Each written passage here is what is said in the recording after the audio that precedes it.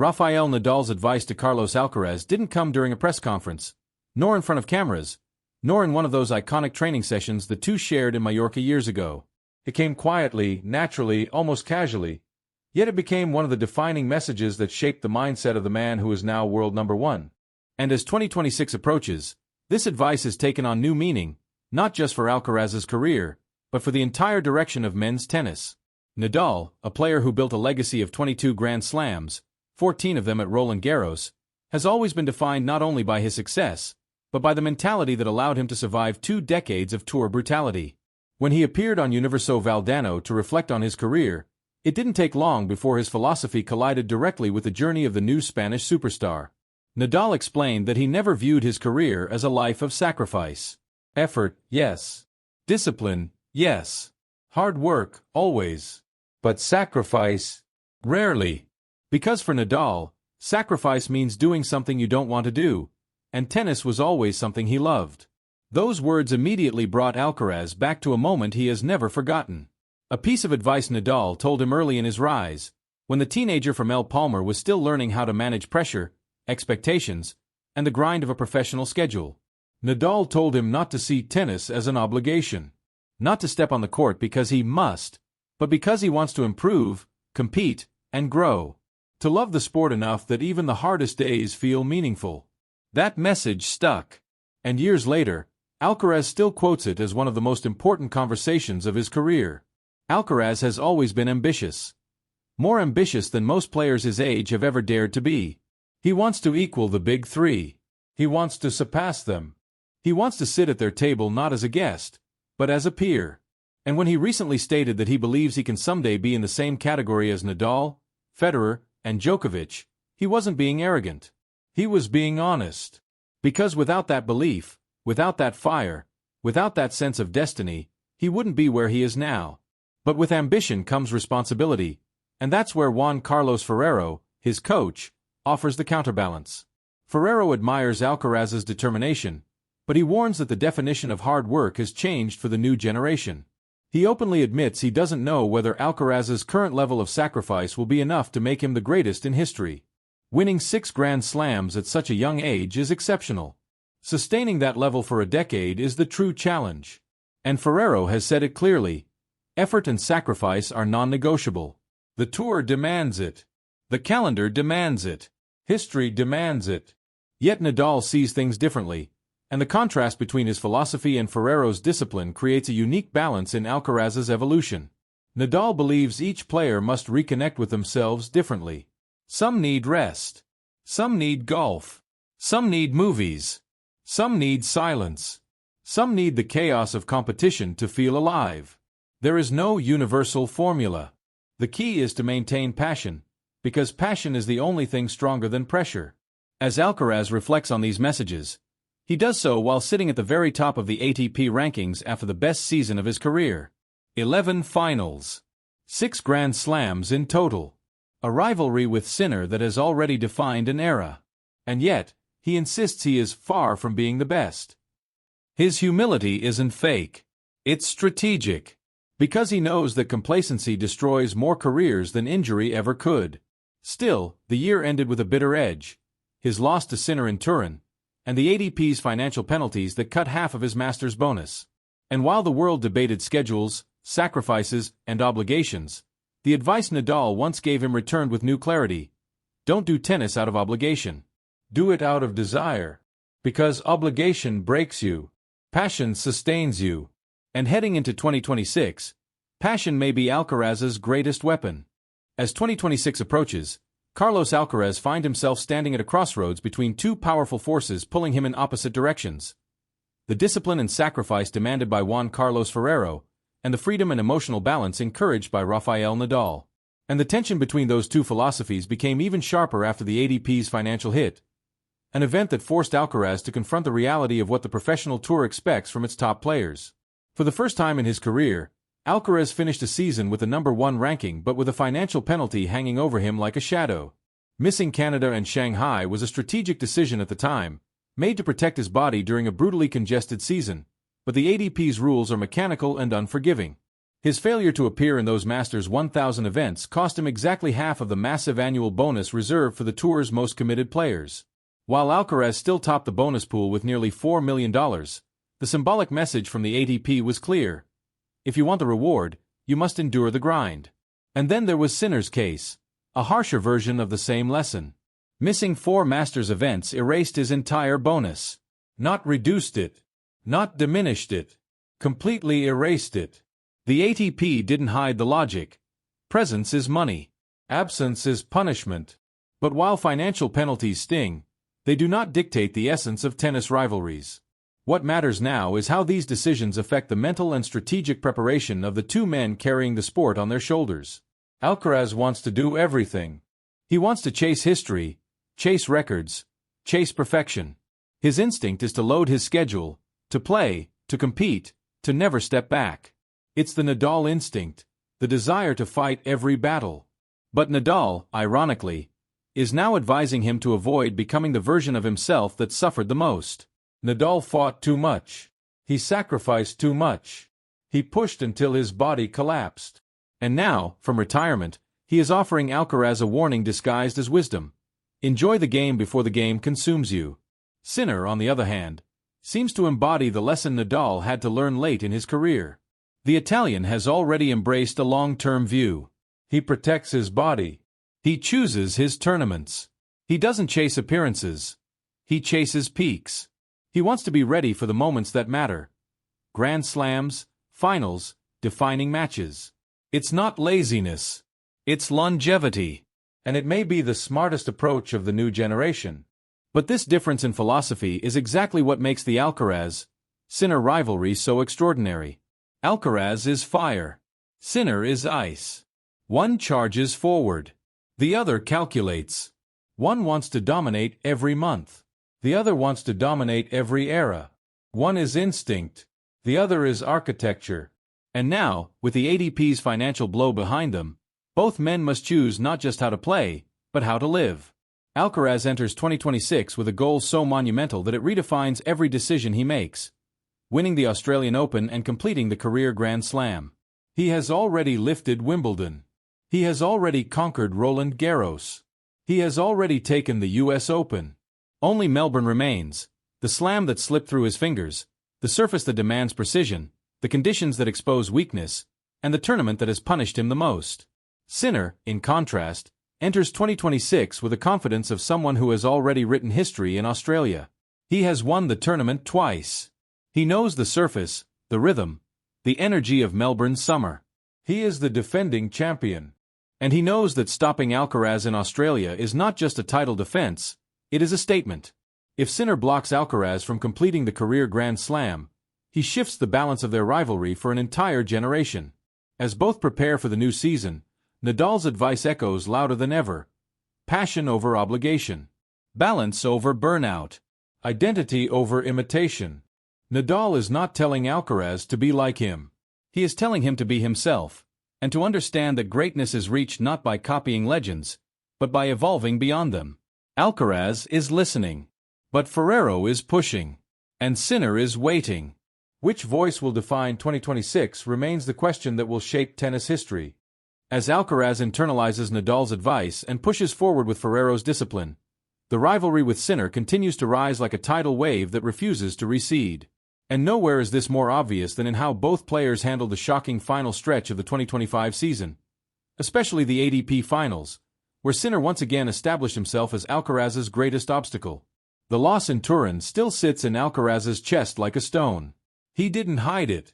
He didn't sugarcoat it. He said it openly, "I hope you're ready for next year, because I will be too." Those words weren't polite. They weren't diplomatic. They were a promise, forged directly from the pain of being so close yet unable to overcome Sinner in the moments that mattered. And when Sinner heard that message, he understood something deeper. Alcaraz wasn't talking about one match. He was talking about an entire year. The Italian's reaction was calm, almost cold. He smiled, shook Alcaraz's hand, and simply said, "We will see." In those 3 words, the essence of their rivalry was revealed. Fire versus ice, passion versus precision, pressure versus composure. Yet the most striking part of the ATP Finals wasn't the score. It was the difference in their emotional reactions after the match. Alcaraz felt the defeat immediately. Sinner felt the meaning of it. For Sinner, the win meant confirmation, proof that his selective scheduling and prioritizing rest over routine was working. For Alcaraz, the loss meant transformation, the need to evolve, rethink, and rebuild his approach for 2026. This is why Nadal's advice matters more than ever. Alcaraz is learning that greatness is not just about training harder, playing more, or running faster. It's about longevity. It's about psychological stability. It's about knowing when to step back before the body or the mind forces you to stop. Nadal lived through that. Djokovic perfected it. Federer mastered it. And now Alcaraz stands at the doorway of this lesson. Meanwhile, Sinner enters 2026 with a paradox hanging over him. He is the defending Australian Open champion. He is the ATP Finals winner. He is the man who has repeatedly stopped Alcaraz in critical battles. But he is also a player who absorbed intense criticism during the year, especially after skipping the Davis Cup. In Italy, that decision didn't just spark debate. It ignited a national firestorm. Fans accused him of betraying the shirt. Former players questioned his priorities. But Sinner never wavered. His message was simple: I choose health. I choose longevity. Behind closed doors, Sinner's team defended him fiercely. They know that his body has limits. They know what happened when he pushed too hard early in his career. The cramps, the collapses, the withdrawals. They know that if Sinner wants to dominate for the next decade, he must treat his body like the most precious asset in world tennis. This is the defining contrast between the two superstars. Alcaraz feels unstoppable. Sinner builds sustainability. Alcaraz plays with emotional fire. Sinner plays with surgical intelligence. Alcaraz wants to conquer the world now. Sinner wants to conquer it for years. And yet, despite their differences, their paths keep colliding. In finals, in rankings, in headlines, in history. Even their statistics have become a battlefield. The Baker of the Year title, based on bagels and breadsticks, turned into a surprisingly symbolic award. Alcaraz won it by one single set, 35-34. It's ridiculous. It's petty. It's completely meaningless in pure sporting terms. But emotionally, narratively, it is everything. Because every number matters in a rivalry like this. Every margin counts. Every detail becomes a headline. Every statistic becomes a weapon. This is why 2026 is being called the season of truth. Not by the media. Not by fans. By the ATP itself. Because now, after 2 years of fighting, watching, learning, and pushing each other to the limit, both Alcaraz and Sinner enter the new season with something far greater than rankings or trophies on the line. They enter with legacy at stake. For Alcaraz, completing the career Grand Slam changes everything. It puts him in a club reserved for legends. It sends a message that he is not just the future, he is already the present. For Sinner, stopping Alcaraz from achieving it changes everything too. It strengthens his claim as the dominant force. It proves that his method is the correct one. And it gives him control over the narrative as tennis transitions into a new era. The stage is set. The pressure is real. The rivalry is reaching its peak. And the world of tennis is watching. As 2026 approaches, both Alcaraz and Sinner find themselves standing at the gateway of a season that could define the rest of their careers.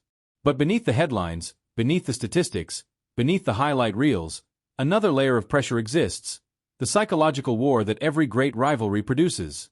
Because while 2025 ended with Alcaraz as world number one and Sinner as the year-end ultimate threat, what really matters now is not the past, but the direction each man chooses to walk into the future. For Alcaraz, the path is clear but brutally demanding. He wants the Australian Open. It is the missing trophy, the one empty space on his Grand Slam shelf, the final piece of the puzzle that completes his identity as a tennis legend. Winning it would not only give him the career Grand Slam, something Federer, Nadal, Djokovic and Agassi took years to achieve, but would cement him as the youngest in history to complete it. And make no mistake, Alcaraz feels that weight every single day. His team knows it too. Juan Carlos Ferrero has already started reshaping their training priorities. The emphasis is no longer just on explosive power or relentless aggression. Now it is about tactical caution, emotional management, and physical preservation. After missing several Masters events and losing half of his bonus, the lesson became unavoidable. If Alcaraz wants to dominate the next decade, he must learn to manage both ambition and restraint. That's why Nadal's advice resonates so deeply today. Don't treat tennis like an obligation. Enjoy it.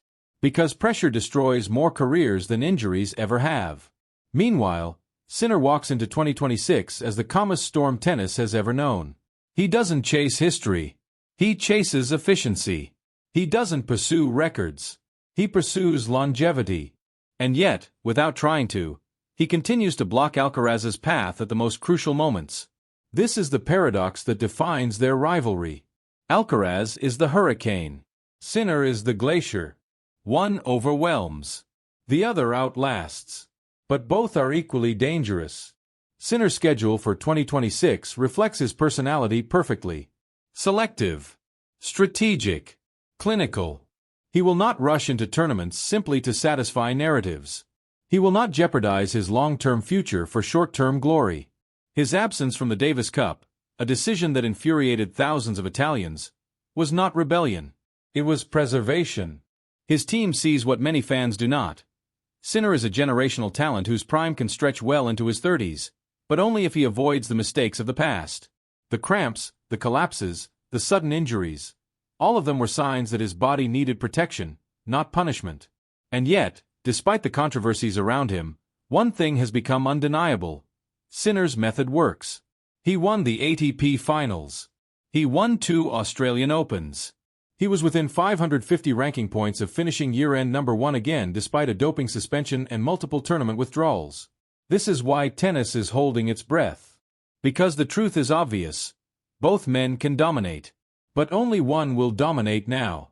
The tennis world is preparing for a collision in Melbourne, one that could define the next 5 years of the sport. Alcaraz arrives hungry, emotional, and determined to rewrite history. Sinner arrives rested, focused, and ready to defend the throne. Every scenario feels possible. If Alcaraz wins the Australian Open, the rivalry shifts into a new gear.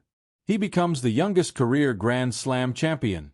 He sends a message that 2025 was not an isolated peak, but the beginning of an era. If Sinner wins, he becomes the executioner of Alcaraz's dreams for the 3rd year in a row in Melbourne. He proves that patience beats pressure. He shows that his scheduling philosophy, attacked by many, ridiculed by some, is not just correct, but revolutionary. And if they meet in the final, the world will stop. Because this rivalry is not Federer versus Nadal. It is not Djokovic versus Murray. It is something entirely different. 2 players under 25 who have already played Grand Slam finals, Masters finals, ATP finals, committee exhibitions, and countless battles for number 1. 2 players who practice together, laugh together, push each other, and yet refuse to give anything away on the court.